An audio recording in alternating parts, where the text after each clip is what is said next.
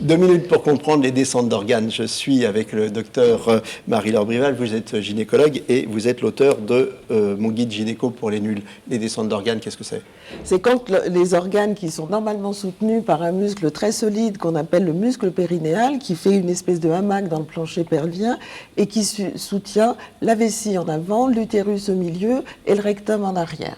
Et là, tout à coup, il est déficient et poum. Donc ce muscle peut être déficient à la suite de diverses choses, soit la vieillesse, soit un accouchement, soit par constitution de nos tissus propres à chacun, et ces organes vont descendre, sortir de leur place et éventuellement s'extérioriser au niveau de la vulve, de tout le périnée. Alors, c'est grave quand même.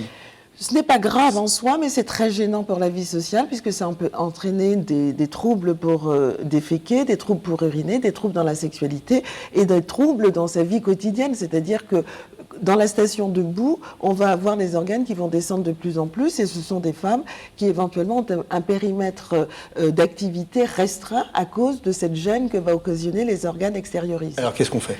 Qu'est-ce qu'on fait? Tout d'abord, après chaque accouchement, faire absolument la rééducation périnéale. Ce n'est pas quelque chose qui va donner des résultats à 100%, mais qui est essentiel après chaque accouchement. En cas de trouble, quand il y a quelque chose qui gêne, on sent qu'il ne va pas consulter.